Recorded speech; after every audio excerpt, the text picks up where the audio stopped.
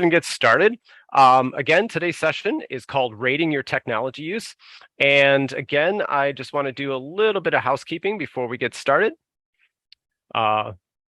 And I'll put this in the chat a few more times as people trickle in, but please take a moment to sign in. Again, if you want sketch credit for this, please take a moment and sign in. If you're unfamiliar with how to get your pick, there's a link in the form, but it's also there as well if you aren't sure what your pick number is or if you need to look it up. But it's also in the Google form that you're filling out as well. So just take a moment, make sure you do that before too long, because we do mark the sign-in time as a notation of when you joined, and so that determines whether or not you get sketches.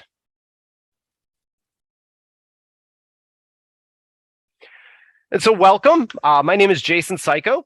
I am an instructional technology consultant here at Wayne Risa. And I've been here about 3 years now, so it's been interesting to see. I got here in 2019. I worked there 6 months, and then the pandemic hit. So it is, whereas we're still returning to normalcy. I'm still kind of getting used to the position. So let me try that one more time. I see you're having a few issues with the link, so let's go ahead and fix that again. I see some people have done it, so let's try that one more time. Okay, good. All right, so use that one link. I'll just keep pasting that a few more times to make sure everyone has that. All right, moving on.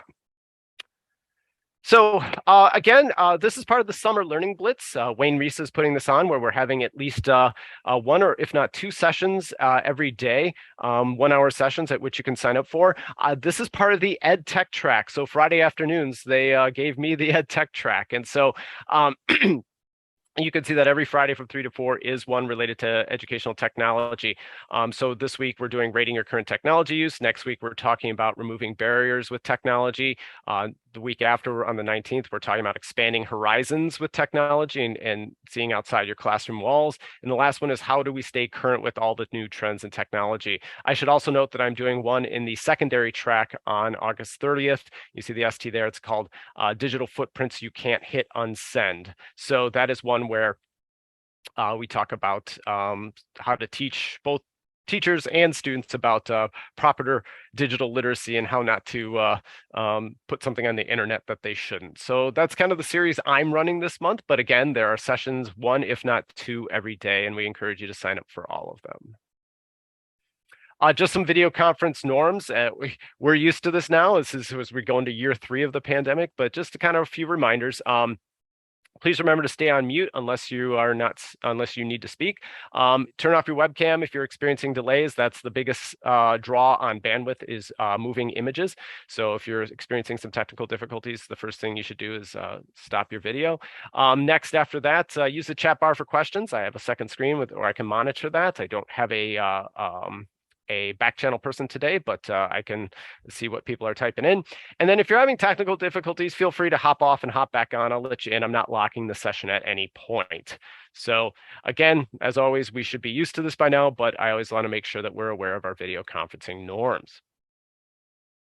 And so part of the theme of this whole month of these sessions put on by Wayne Risa is related to the whole child. And so when we think about the whole child, we're not just talking about academics, we're talking about everything. So you can see there from the graph, we're talking about improving learning and health and keeping kids healthy, safe, supported, engaged, as well as challenged. And so this loops in every party involved, the children, the educators, all the district and building workers, as well as the community.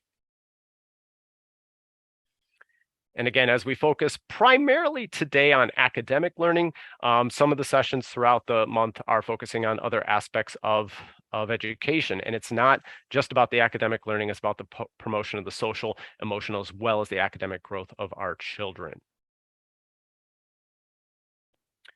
But today, we're going to be talking about educational technology, and there's so much out there that it makes it difficult to really kind of pinpoint what should I be using. And there is no one answer. If there was one answer, there'd be one tool. It would be Google and nothing else. It would be Microsoft and nothing else. It would be Flipgrid and Pear Deck or Nearpod, but not both. So really what we want to talk about today is how do we develop a system for evaluating technology and in terms of what we need to use in our classroom.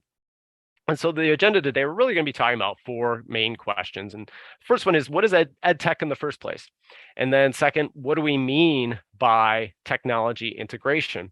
Then we'll talk about a framework called the RAT framework, or RAT framework, if you will, for a way to kind of judge technology and its impact. And then how can we use the RAT framework to justify my technology use? And so those are the four questions we are going to address today. And so we're going to start off with something called a chat waterfall. If you're unfamiliar with this, I'm going to ask a question, and I want you to type your answer in the chat, but do not hit enter or return until I say so. And so your question I have for you, so again, think about it for a minute, type your answer in the chat, but do not hit enter until I say so.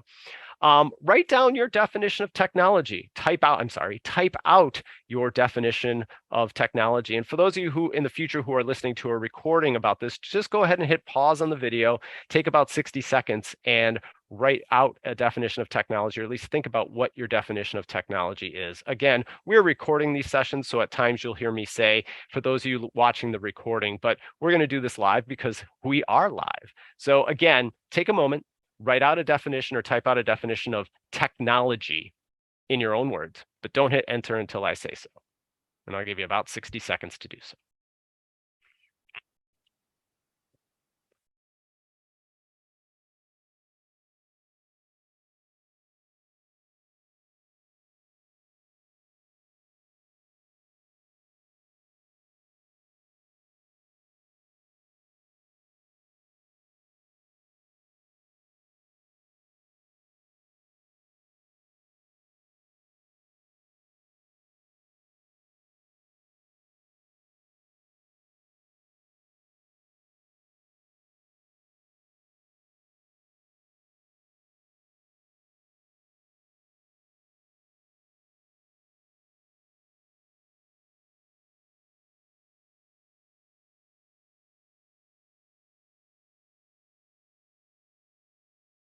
Okay, begin finishing up.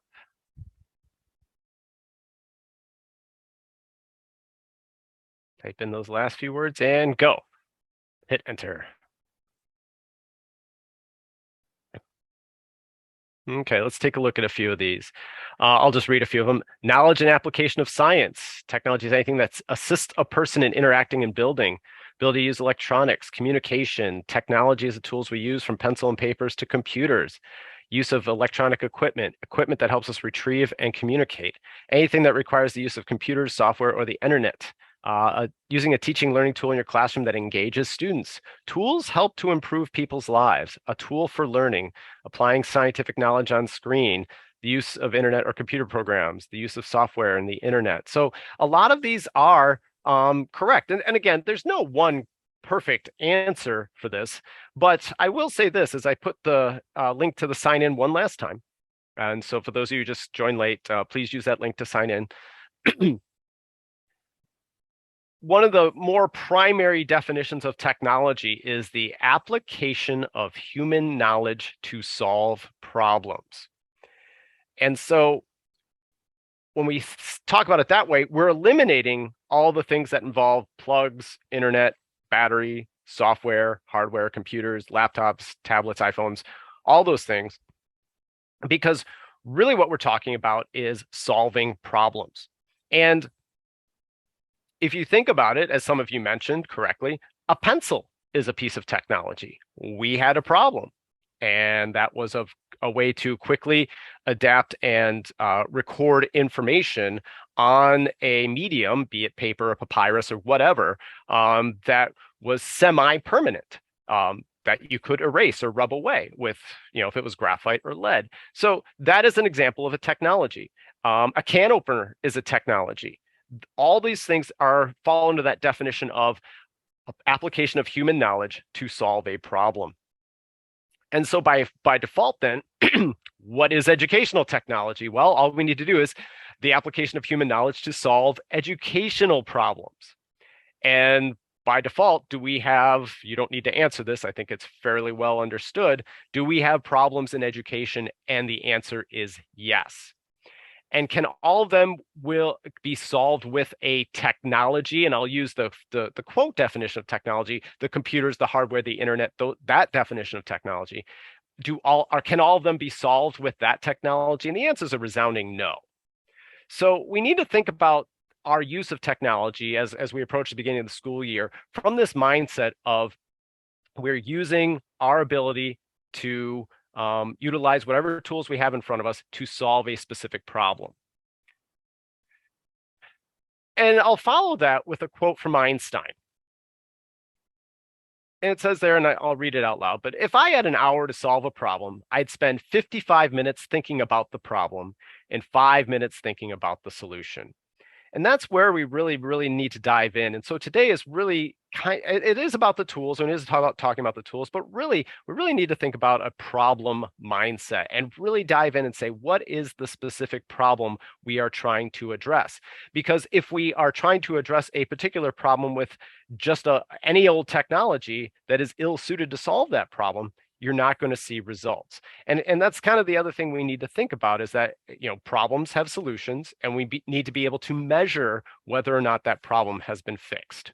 So I'll keep that in mind as we progress through today's presentation.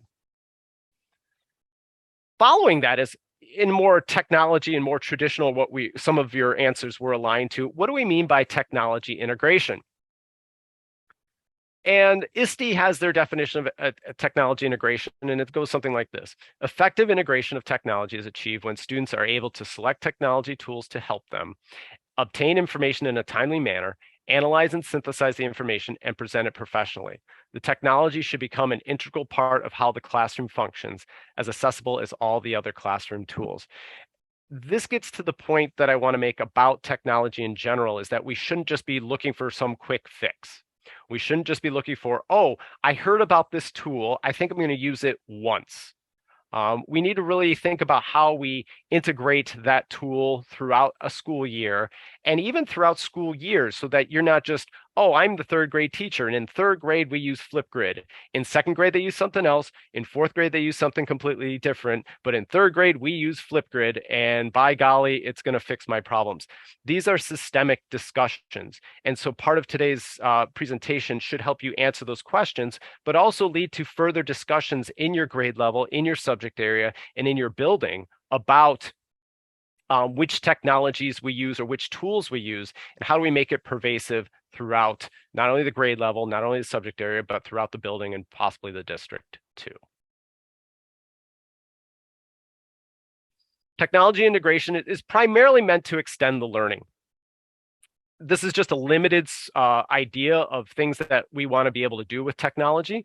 But from a research standpoint, we want to be able to use, quote unquote, the internet to find answers or to find primary source material. We want it to use technology to collect and record data and even analyze data as well, depending on the age level. So how can we better do that with, quote unquote, technology? How do we better collaborate either within a class or across classrooms? And that across classrooms could be within a grade level, within a building, within a district, within a state, within a country, or around the world. So how do we expand our ability to communicate and collaborate with people from both near and far? Opportunities to express understanding via multimedia. So we're not just submitting tests. We're not just having them fill in bubbles. We're not just having people type up a report. And to take that a step further, we're not having groups of kids walk up in front of the class and do PowerPoint presentations for the class as a group project to demonstrate their understanding. What else is out there? How else do we make learning that is relevant and engaging to the students, and assessment that is authentic? Again, trying to get away from that idea of just the test being the end-all be-all of measuring knowledge and ability and learning, and realize I'm not anti-test, but I realize that there's a place for them, and there's much more that we can do to assess student knowledge. And then training for publishing and presenting their new knowledge, and to share that in a much more collaborative environment across the world. And for those of you who have been around long enough to see the evolution of the internet from the early days in the 90s to what we have access to today and how we can communicate with one another is tremendous in terms of the level of change that has occurred over the past 25 years. But the primary point here is to develop develop solutions for problems, and that helps guide our expectations. This is the one thing where we see a problem with, hey, I've been using all this cool stuff, but I'm not seeing any student growth, or test scores are flat, or the kids really aren't engaged. And so when we talk about the use of technology, we not only have to consider the problem, we have to consider our expectations for how quickly the problem will solve, or how quickly or how much our solution will alleviate or mitigate that problem to begin with. So these are kind of the three factors we need to consider.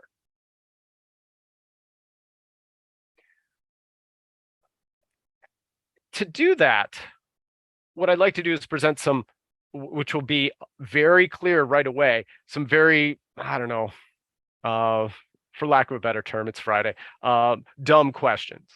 And it should be clear that the answers to these questions should be no or none or zero or why are you asking this? But it should also get us thinking about how sometimes we actually do not such blatant things in our classroom, but we have the expectations that some types of changes we make in the classroom will have immense impact on student learning. So again, I'm going to kind of let the cat out of the bag here. The answer to these should be no, but let's talk about it. Do you think learning outcomes will improve when, or did they improve when districts started buying more dry erase boards and getting rid of chalkboards? Okay, let that one sink in for a second. Next one. Do you think that learning outcomes improved when you shown a PowerPoint or Google slide presentation on a smart board instead of just a projector?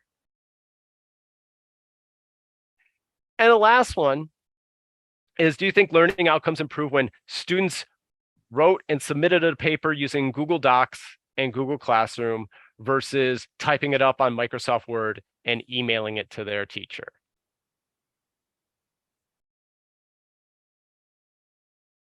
Dramatic pause here, but the answer to all of these should probably be no. Okay.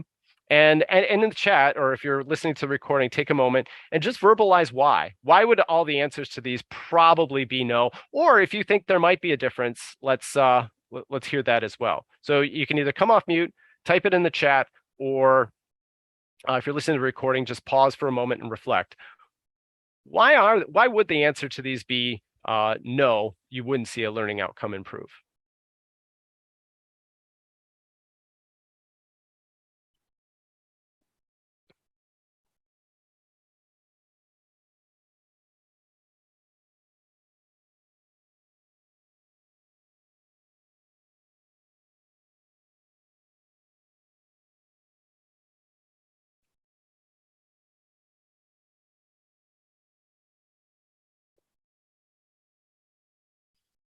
Okay, they do not enhance learning.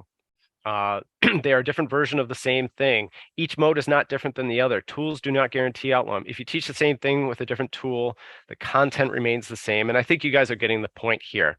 If I'm lecturing on a dry erase board and I used to lecture on a chalkboard, it's still a lecture.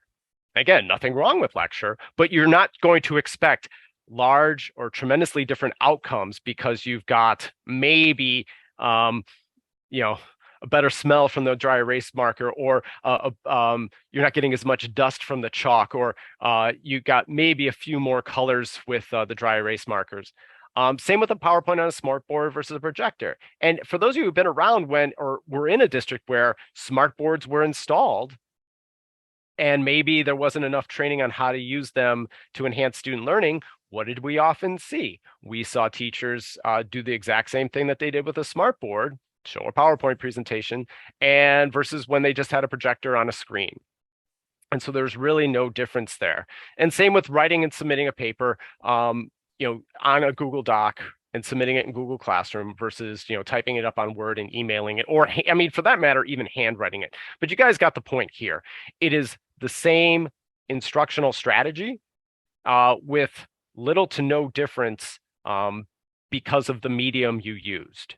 And that's one thing that we fail to see in education a lot of times, is that we think that just because we're using a different tool, we're going to get dramatic improvements in student outcomes.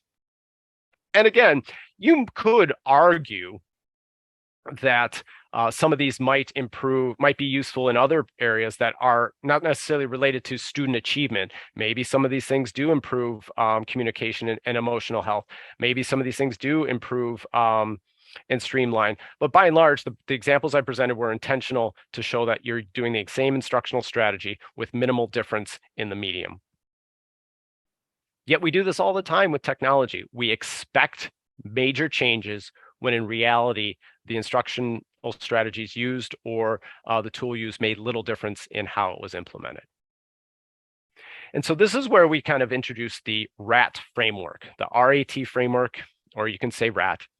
And RAT stands for Replacement, Amplification, and Transformation.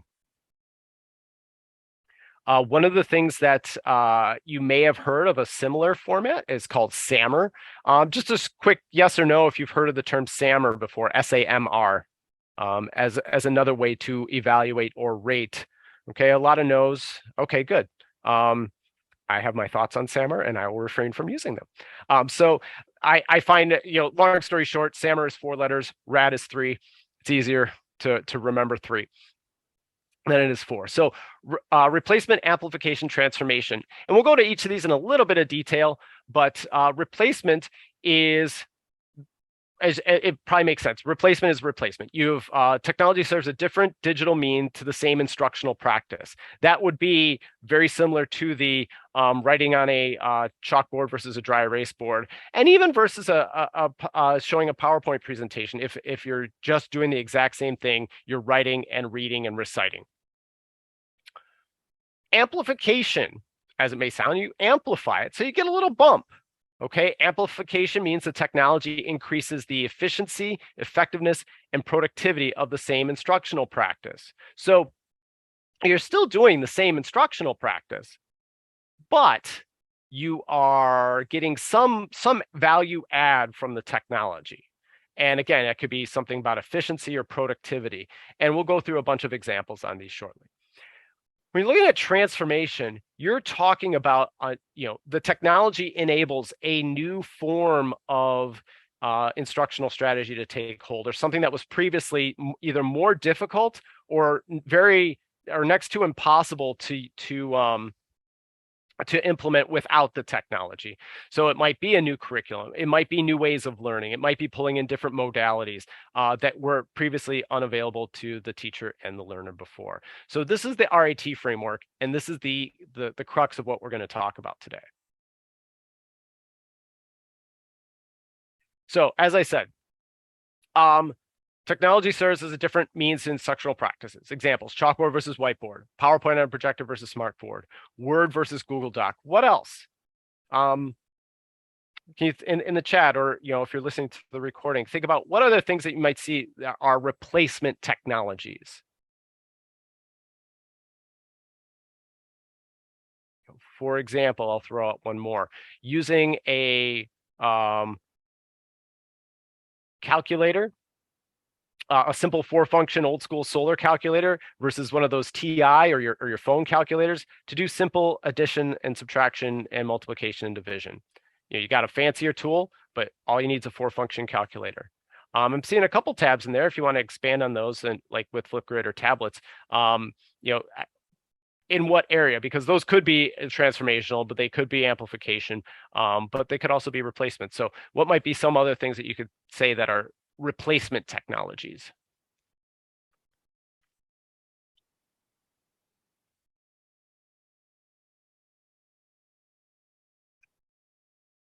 Okay. Flipgrid replaces presentations. Computer versus a typewriter. It's a good one. Document cameras. Okay.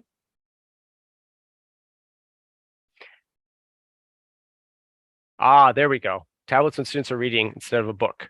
Yeah, at the surface. And again, as we progress through these, you might, and the use of it is relevant. So you can't just say, one thing. You have to kind of say using it for a particular process. So for example, my calculator example, you can do a lot of cool things on a graphing calculator, but if you're just using that for plus, minus, add, subtract, multiply, divide, then you are not really doing anything more that you could do on a simple little tiny solar powered 4-function calculator. Okay. Excellent. So you're getting the idea here. A couple of these I'll come back to because I think if we expand on them, they might actually fall in a different category. Amplification increases efficiency and productivity without fundamental change. So you're still doing the same instructional practice. Handwritten versus typed work. A PowerPoint you can reuse. So think about the efficiency. If you're doing a lecture with writing on a board, you got to erase it every hour. You got to erase it every day. PowerPoint, you can use it once. There is a little bit of a productivity gain there because you could just pull up the file again, or it's very easy to make changes. Searching shelves in a library versus online. Doing catalog searches for, I mean, if you guys remember, again, I'm giving away my age here. If you're at the library where you had to pull out the file cards and go to the blocks and go through and actually find the book you were looking for in the section on the Dewey Decimal System versus just going into Follett and typing in something and seeing what comes up, or doing research that way as well. Worksheet versus online practice problems. Okay, so it's still drill and practice, but you get some gains, productivity gains. It may be easier to grade. It might automatically grade and give feedback. So there are some additional gains there. For a few of you who put some things earlier, using Kahoot to answer questions in class, that's a depend. Like if you're just saying, hey, let's answer on our computers, and instead of, how many you think it is this, or asking questions in the class, then yeah, it's probably replacement. But if you're actually collecting the data and looking at the data to see where students are struggling, that's something that you probably cannot do just by asking how many people think it's this, how many people think it's that. It's very hard to collect that formative data just by asking questions and using a show of hands. So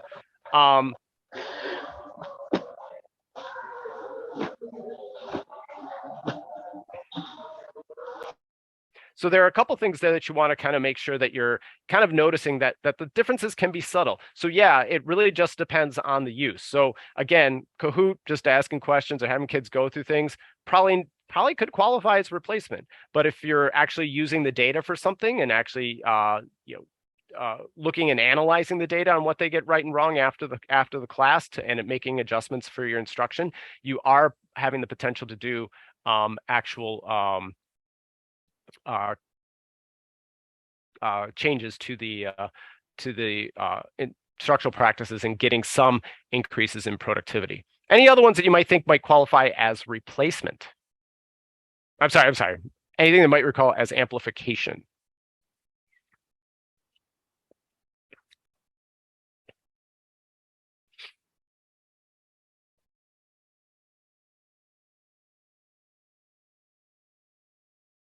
Yes, online does have, if you're simply just asking people to read, it doesn't matter if it's digital or if nothing else, if you're just asking them to read something in text or electronically, it's still reading.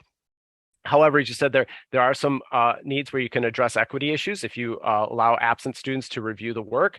Also, there are additional tools in online readers that, if they're utilized, do fall into that category of amplification and transformation.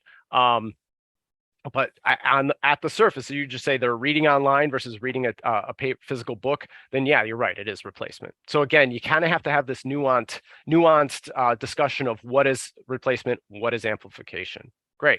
YouTube videos, awesome, because they're shorter, you can send them, you can share them, as opposed to showing a movie in class or actually seeing it live in nature. You might be able to see things that you weren't normally able to do. Give some some of these online practice problem sites allow for feedback that you may not be able to do. So you are getting, as opposed to grading a bunch of papers and handing them back the next day, they can get some immediate feedback. So these are great examples. Last one here is transformation. Allows for forms of instruction and learning that were previously inconceivable. Instant feedback kind of falls on that border. Global collaboration, being able to interact, let's say share a Google Sheet and collect data on a topic with like temperature or rainfall data with students halfway across the world. You can't do that without technology. You're not going to mail data. You're not going to mail a graph paper to a school halfway across the world. Just not going to happen. So this ability to kind of do more collaboratively falls under that that idea of transformational educational use of technology. Real-time peer editing. Think about some of the things we can do with Google Docs in real time that we can't do emailing drafts back and forth. Think about writing workshops. Think about peer editing or peer feedback. Those things are valuable instructional strategies that really can't be done very well or at scale without the technology. Programming, that's an obvious one. We can integrate a lot more programming and computer science standards into non-computer science subjects with the addition of programming tools like code.org or programming languages that are taught in some other areas like Scratch, like Python, and so on and so forth. So allows for a lot of things to happen in those classes. Data collection and sharing. Again, I mentioned that earlier, but what else might qualify as transformation? And I'll take a few examples, and then we can talk a little bit more about what it means to be transformative. And again, for these one-word answers, talk about ways that they could be. Padlet and Jamboard are great if they're used appropriately, because otherwise you could get away with just sticky notes. So think about ways that we could expand on their usage beyond just the tool itself, because again, many of the tools can be used in very low-level ways that would qualify as replacement or amplification.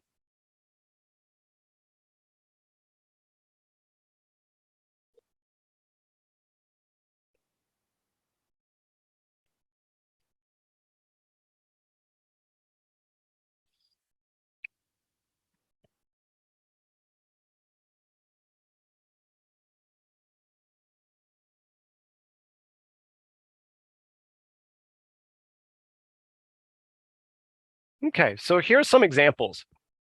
I've already come up with a few, but writing, just type up at the end versus utilizing proofreading tools to utilizing tech from the beginning to the end, incorporating graphics and color and so on.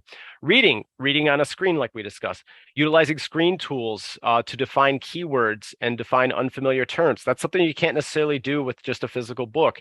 And then lastly, utilizing technology to annotate a digital text and critique and share where you get group annotations on a reading using a tool such as Hypothesis, using a tool such as VoiceThread to actually take a document and have people express their thoughts on it collaboratively and share back and forth. That goes well above and beyond writing in the margins of a book, which sometimes quite honestly, in a school issued book or something you get at the library, you're not supposed to do. So having that digital format does allow for that. But again, at the base level, reading on the screen is no different than reading on a physical book.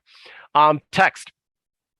Emailing questions, posting questions versus allowing students to do reciprocal teaching. Those are all different ways that we could utilize some of these tools that have been mentioned versus just one-way communication between the student and the teacher, which is kind of replacement, all the way to students are teaching each other and helping each other when it goes all the way to transformation. And so some ideas with the same technology. So many of you have seen PowerPoints and slides. Obviously, we're doing one right now, but obviously the most basic use of it is for presentation. It's presentation software by definition. Over the last years, people have started to adapt it in a variety of different ways. An amplification might be a Jeopardy style review. Sure, you could just ask questions. Sure, you could create a big chalk dry erase board and write 100, 200, 300, 400, 500 and 6 or 7 different columns and answer questions that way off index cards. But obviously a Jeopardy deck makes it a lot easier to actually transforming it to where you have the students not just create a presentation, but actually create perhaps a choose your own adventure story with a nonlinear deck using some things like the action buttons or the animation features. So when you click on a button, you don't go to the next slide, you go to a predetermined slide. That would qualify as transformative because you're taking presentation software, which is one way, and you're incorporating not only content knowledge, you're incorporating writing across the curriculum. So if you're not in a reading or writing class and you're in science or social studies, you're incorporating writing standards. And you've got to test this thing to make sure it works. So now you're adding in computer science and computational thinking standards. So that's what we really mean by transformative. You're really just taking the tool and doing something completely unheard of with it that really couldn't be done without it. And so again, what does transformative actually mean? There's a couple different things here. The actual mental work is changed or expanded. So what the kids are actually doing is different than its intended use. You bring in more variables. So even something as simple as, hey, I'm looking at this data. How do I interpret it? And it's got 4 or 5 columns and 4 or 5 rows. That's something we can do on a paper with a table. But if you got a spreadsheet with hundreds, if not thousands of rows and columns, and we can use a programming language or just even some of the graphing functions or a pivot table, that allows you to do a lot more with that. Changes the organization which had been used, the PowerPoint example. A PowerPoint is supposed to be linear. It was business presentation software from the 90s. To use it in a nonlinear format where people are jumping around intentionally is much more away from its intended use. You bring in new players, you bring in new collaborators, you bring in more people into the mix, either both from the teaching or the learning part. And then you have new opportunities for different forms and types of learning through problem solving. And again, just it's not, there's no one set definition, but you have to understand that there's this line between same instructional strategy, maybe some productivity, and completely different than its intentional use. Those are kind of the main demarcations for RAT. And so we're going to have you take a few minutes, like 5 minutes, and develop or come up with ideas of what might be some examples of RAT. So I'm going to, there's a link to the Padlet, and I'd like you to take a few minutes and I'm going to put that in the chat. And when you click on it, there'll be a couple ideas already in there. Go ahead and click on the plus button at the lower right-hand side, and then give an example of something that you might see as a replacement, an amplification, or a transformative use of either a singular technology or a strategy that you are doing more with, using those examples earlier. So I'm going to back out of the presentation now and give you about 5 minutes to pull that up. And so this is what happens when you see the link. Go ahead and click on the plus button, and then that will allow you to type in an idea and something that might qualify as a replacement, amplification, or transformation. And so for some of the things you put down earlier, let's say Google Forms, what would be a replacement use of it, an amplification use, and a transformative use, or Padlet, or Jamboard, or Flipgrid, or any of these tools that you might be familiar with. Give me about 5 minutes. We'll come back at 3:47.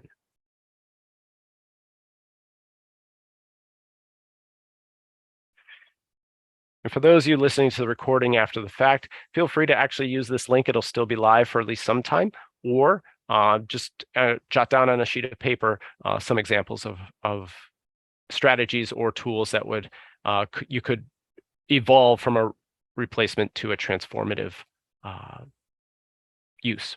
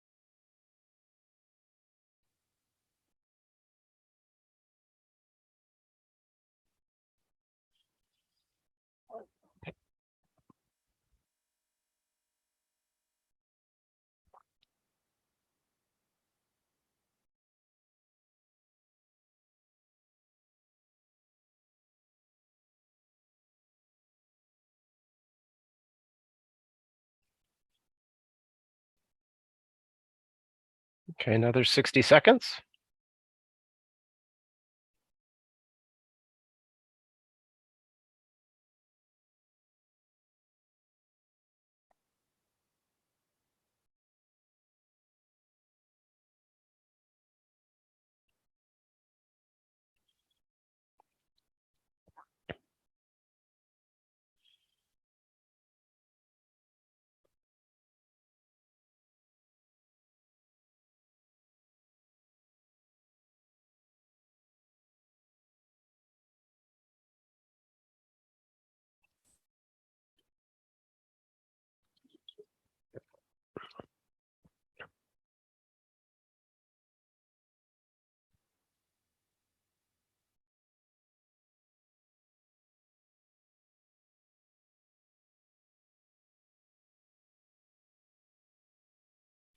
Okay, let's take a look at a couple of these. Use of Zoom to teach virtual classes so students with transportation or childcare barriers can attend. That's an excellent use, and that would be transformative. Obviously, we were able to do lots of things during the pandemic with Zoom.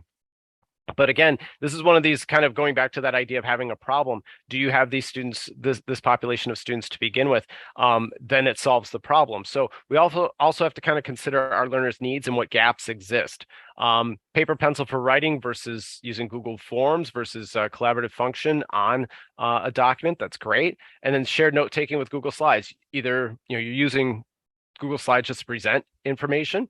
Amplification, you allow students to work collaboratively to share that information. And then you create opportunities for reteaching and support through collaborative work. And again, using Google Classroom, you could do all of these things. You can assign a slide deck that says view only, or if they're working individually, you could say, make a copy of this for each student. But if you create small groups and you say students can edit this file, then they're working collaboratively and it brings on a whole new dimension to how they're utilizing the tool. So these are some great examples. Feel free to add to this or continue to add to this.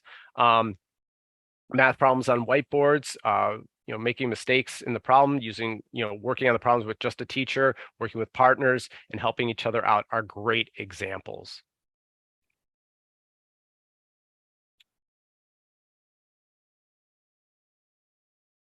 So the other key takeaway is that not everything needs to be transformative. So remember, technology is a problem-solving endeavor, and if you need to spend some time identifying what problems you have in the beginning, and it might be using that math example or those writing examples. Students struggle with this particular concept, so how can I leverage technology to help get over that barrier?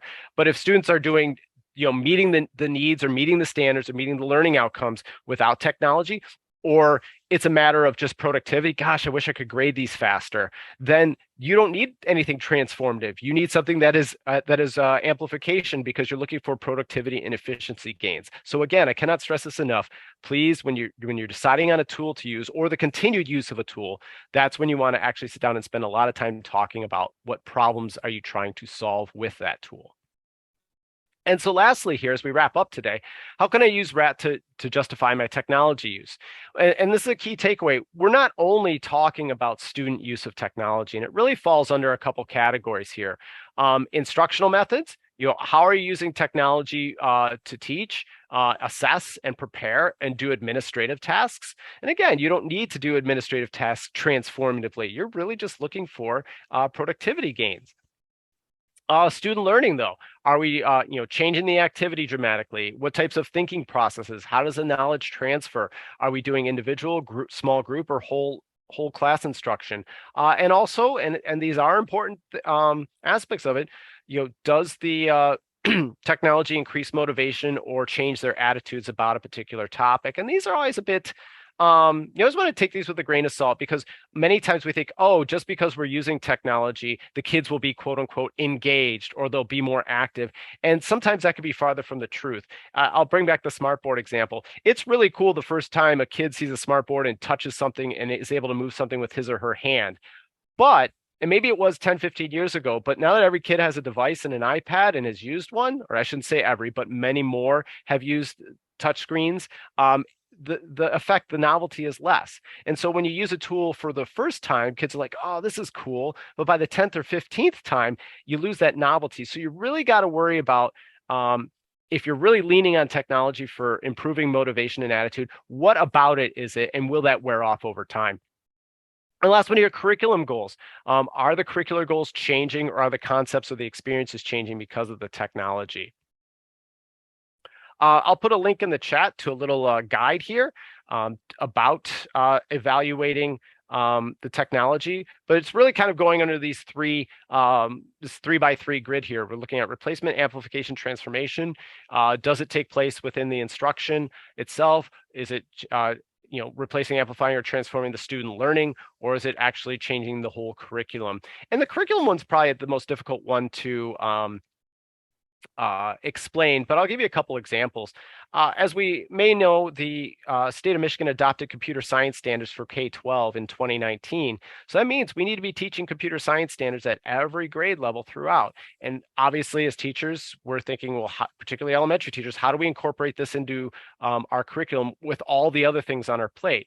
Well, if you're able to do that and actually teach a unit on, let's say, population, and you're able to incorporate some um, data analysis using that tool, using some sort of computer science or programming tool, then you're able to cover multiple areas, and that actually changes the curriculum. You're now not only teaching whatever content you're going into, you're also adding standards. And that's one way to consider it. Or even the PowerPoint game example, the choose your own adventure example, that would be an example of incorporating different content area standards into your content area, and that can help eliminate areas of redundancy, or cover multiple things with multiple subject areas with one particular unit or topic. So this is something where we're looking at how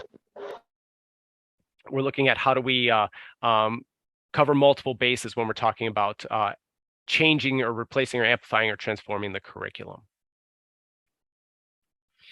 And so in the end, as we conclude here, why rate in the first place? Why am I going to sit there and spend the time actually going through the technology that I use on a day-to-day or for a particular topic or unit or subject area? Why am I going to rate it? And there's a couple reasons we would want to do this. And first and foremost is, will this solve a problem? Ask yourself, look at your curriculum, look at the areas. If you're a veteran teacher, there are certain areas where kids struggle. Some areas that are simply just aren't fun for kids. There are areas where students are struggling on a variety of levels, either academically or emotionally or so on. Will this technology solve the problem? And if you find something and you really analyze it and you find out it's a replacement, you're using it in a replacement matter, chances are it's not going to solve the problem. So move on. Is it worth it? Effort versus impact. There are things that will solve problems, or at least improve student learning outcomes. But if you've got to put in a lot of time to solve, to get the kids to actually use the technology, then you have to consider whether or not it's worth it. So some things are nice in push and play, or let's say the Google Slides example. They already know how to use Google Slides. You just have to maybe teach them one or two little tricks, but then they already know it. As opposed to, let's learn about this whole new software package that you're going to have to spend 3 days teaching them how to do, and then you do it and the student gains are minimal. Well, that's something you need to consider. Are there redundancies? We see this a lot. Every teacher finds their tool, and kids have to learn a new tool every year or every hour if they're in middle school or secondary or high school. And so maybe this opens up conversations about, hey, this tool does the same thing that this other tool does. Maybe we can just use one, and we lighten the cognitive load on our kids so they don't have to learn two different things. Further, on the next bullet point, is there something that we can get the whole school, or at least a grade level, using to where we can actually use the pro feature, and we can make a case to our administration or find funding to buy an upgraded license for that particular tool so we can get bonus features? That's a huge one. A lot of times teachers are using things for free, or worse, they're paying for the upgraded feature with their own money, when if you can make a use case to your administration and say, hey, we're all using this, we're seeing results, we've identified a problem, we've identified a solution, we're using it and we're getting results. Can you please buy us the upgraded license, that makes a case for it when you can come to administration with data, particularly that you've done a problem-solving analysis. And then at the end of the day, if you sit there and say, you know what, I've looked at all these solutions and none of them seem to fit, then maybe low tech or no tech is the way to go. And that makes your life a little bit easier and it may make your students' life a little bit easier because it's not one thing they're just learning to use just because you thought it was a good idea, and it shows zero or low results. And so a couple ways to think about this is, and this could be any type of gap analysis document or graph or chart. You got to figure out what the problems are. Determine, if you're focusing on specific groups or an entire class or a group of students within your class. Make sure they align to your curricular goals. Determine the strategies and interventions or the tools you want to use. Develop a data collection timeline. Implement it, collect some data, and then see if it actually worked. If it did, great. If not, you go through the cycle again. And so this is something you want to consider with technologies, and make sure you don't be beholden to a particular technology if you know it's not working. And even with the work and the impact when you're all done, if it's something that didn't take a lot of work and did a lot of impact and had a huge impact, obviously that's the great thing to use.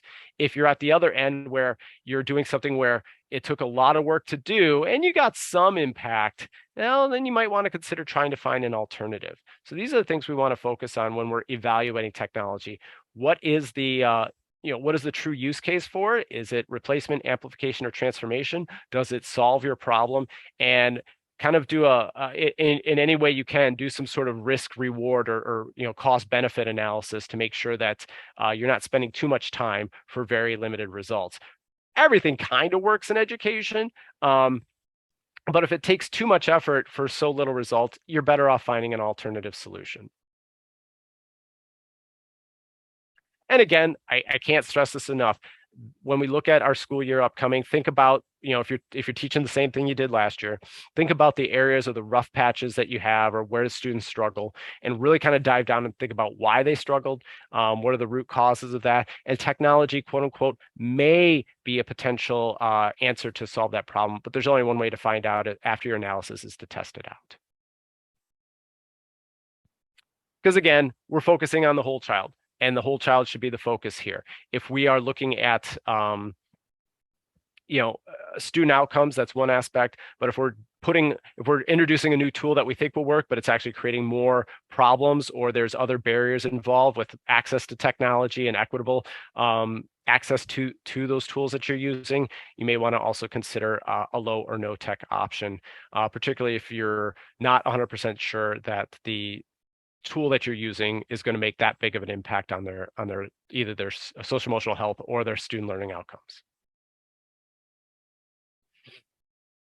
And with that, we got a couple minutes for questions, but I will put a link to the slide deck in the chat as well, so you have access to that. And again, with any presentations where you see this, I highly recommend when you click on that, go to File, make a copy, and then you have a copy of your own slide deck, just in case you lose the link or I make changes to it or something happens on my end, and you'll always have a copy of it. So there's my contact information. If you have any other questions, feel free to contact me. And thanks for coming today, and enjoy your Friday and your weekend. And good luck with the upcoming school year.